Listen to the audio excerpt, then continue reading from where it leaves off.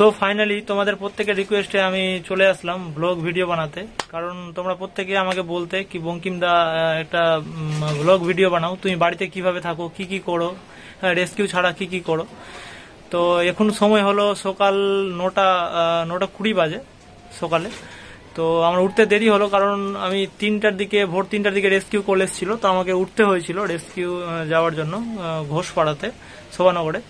তো আমি গেছিলাম সেখানে রেস্কিউয়ে। তো এটা কমন উলফ স্নেক রেস্কিউ করেছি, প্রায় 4টার দিকে এসছি বাড়ি। তো ঘুমানোর পর কিন্তু উঠতে একটু দেরি হয়ে গেল আমার।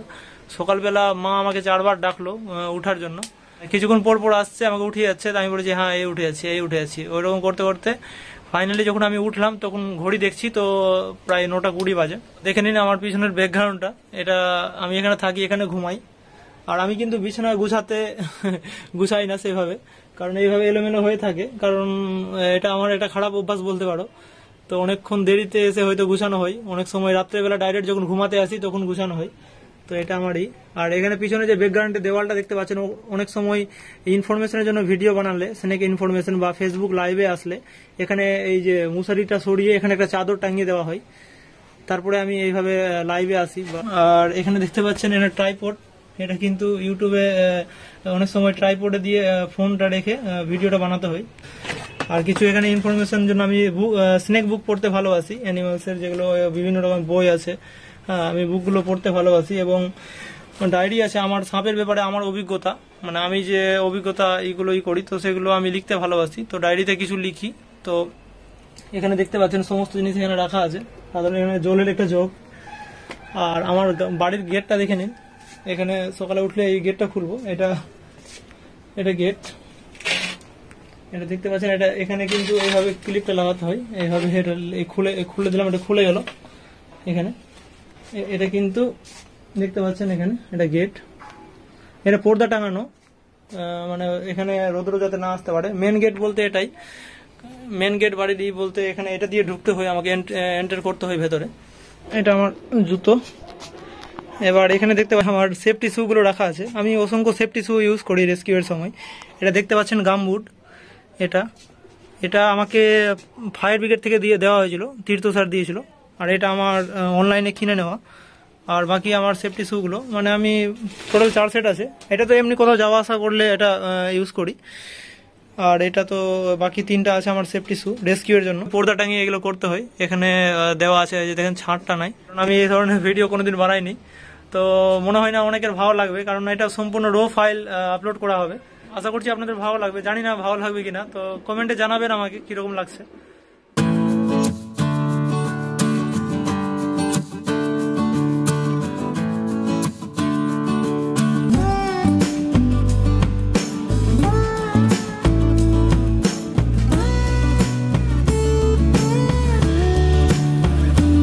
এটাকে দেখতে পাচ্ছেন, এর নাম হচ্ছে অঞ্জলি।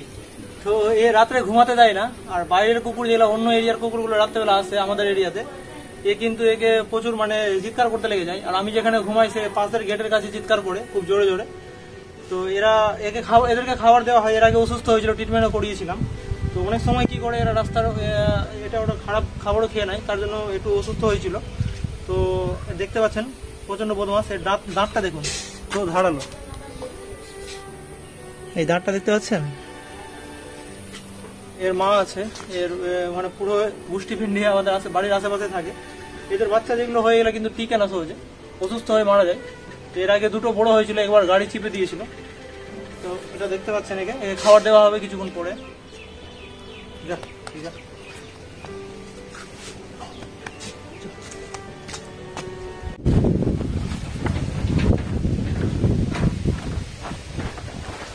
আজকে দেখতে পাচ্ছেন সাপের ব্যাগগুলো ওয়াশ করা হচ্ছে, থয়লা যেটাকে বলা হয়। তা আমি ওয়াশ করছি, কারণ এগুলো ওয়াশ করাটা খুব জরুরি। কারণ অনেক সময় সাপ যে রেস্কিউ করা হয়, তো ওই ব্যাগে ভেনাম ইনজেক্ট করে দেয়, সাপের যে বিষ হয়, তো এগুলো এখানে আছে। এবং অনেক সময় খাবার যেটা আছে, খাবারটা বের করে দেয় সাপ, তো ওগুলো ওয়াশ করতে হয় কিছুদিন পর পর।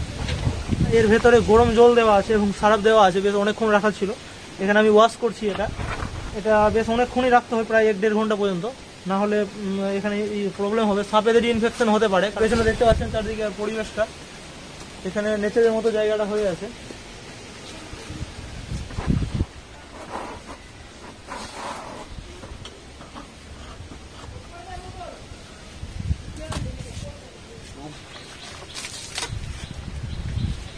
অনেকটা মনে হবে এটা, অনেকটাই মনে হতে পারে এটা ডার্টি জব, মানে নোংরা কাজ, কিন্তু যেহেতু এদেরকে রেস্কিউ করছি, সংরক্ষণ করছি, তো এই জিনিসগুলো তো অন্য কেউ করে দিবে না, অন্য কেউ ওয়াশ করে দিবে না, এগুলো আমাকেই করতে হবে।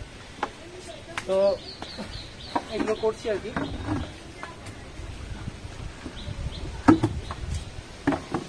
অনেকক্ষণ টাইম লাগে কিন্তু এটা ওয়াশ করতে।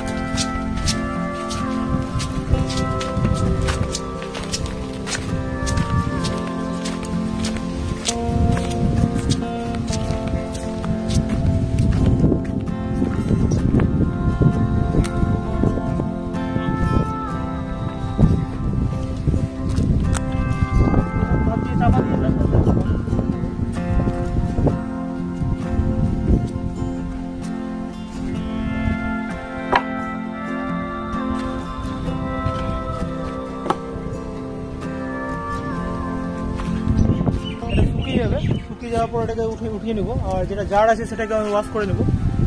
তারপরে আমার ড্রেসগুলো যেগুলো আছে ওগুলোকে আজকে ডুবিয়েছিলাম, কারণ একটা রেস্কিউয়ে আসার পর সেটাকে আমি এটা রেখে দিই ওয়াশ করার জন্য। একবার রেস্কিউ করে নেওয়ার পর অনেক সময় ধুলাবালি লেগে যায়, তো সেটা ওয়াশ করতে হবে। তো দেখুন আমার ড্রেস এবার ওয়াশ করা হবে। কাপড় যেগুলো কাচবো সেগুলো রেডি হচ্ছে।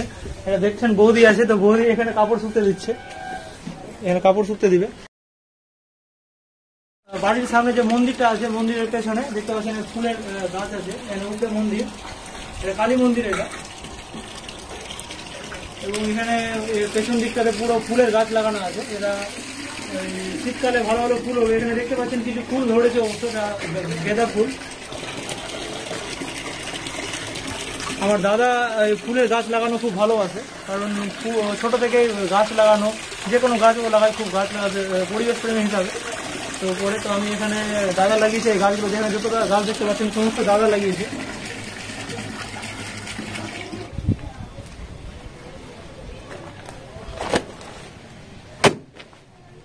আমার যখন দিদিরা ছিল, তো দিদি ড্রেসগুলো ওয়াশ করে দিত। তো দিদিদের বিয়ে হয়ে যাওয়ার পর থেকে আমাকে নিজের ড্রেস নিজে ওয়াশ করতে হয়, কারণ মায়ের পায়ে ব্যথা, তো মা ওইভাবে করতে পারে না। তো আমাকে বহুদিন থেকে আমার নিজের ড্রেস নিজে ওয়াশ করতে হয়। অনেকে ভাবে ভঙ্গি এগুলো করে বাড়িতে, কিন্তু বাস্তবে এগুলো করতে হয় আমাকে। এই যে মিষ্টিকে দেখতে পাচ্ছেন, এটা আমার দাদার মেয়ে। তোমার নাম বলে দাও।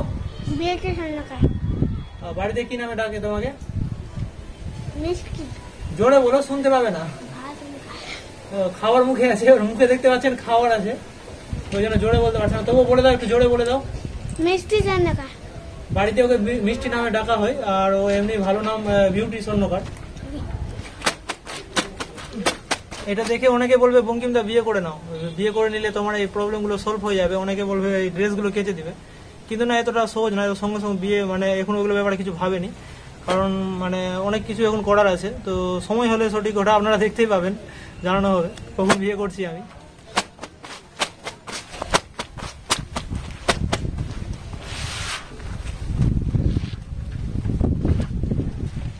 তো মাঝে মাঝে সমস্যা হয়, কারণ নিজের কাজ অনেকগুলো সামাল দিতে হয় আমাকে।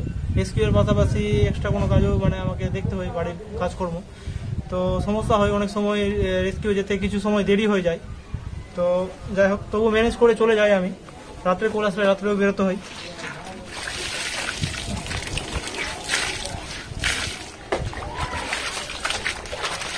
এখন সময় প্রায় 2:30 বেজে গেছে দুপুরে। এখন আমার খাওয়া দাওয়া কিছু হয়নি, সকালে টিফিন করেছিলাম। এই সময় অনেকের কাপড় শুকিয়ে যায়, কিন্তু আমি এখন কেচে শুকতে দিচ্ছি।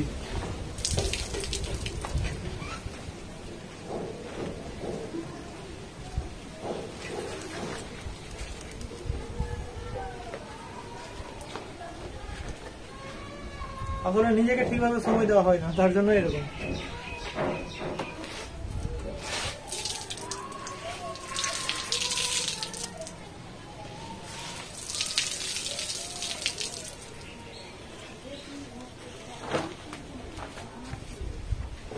আচ্ছা, কমপ্লিট হয়ে গেল। এবার স্নান করে নিব, স্নান করে খাবারও খেতে হবে, মা অনেকক্ষণ থেকে ডাক দিচ্ছে। তো এবার স্নান করব। সো ফাইনালি যখন আমি খাবার খেতে বসলাম, তো স্নান করার পর কিছুক্ষণ পর একটা রেস্কিউ কল এসেছিল, তো আমাকে যেতে হয়েছিল, তো আরও দেরি হয়ে গেল। তো দেখতে পাচ্ছেন খাবার খেতে বসেছি, এখন টাইম হলো, টাইমটা দেখে নেব, 4:05 বাজে PM, মানে বিকাল 4:05। আর খাবারের মধ্যে আছে আজকে ভাত, লেবু, শাক, আর একটা মিক্স তরকারি আছে, আর ডাল আছে। তো আজকের দিনটা আমার এভাবে কাটলো। অসংখ্য ধন্যবাদ যারা প্রত্যেকে আমাকে সাপোর্ট করছেন। Thank you.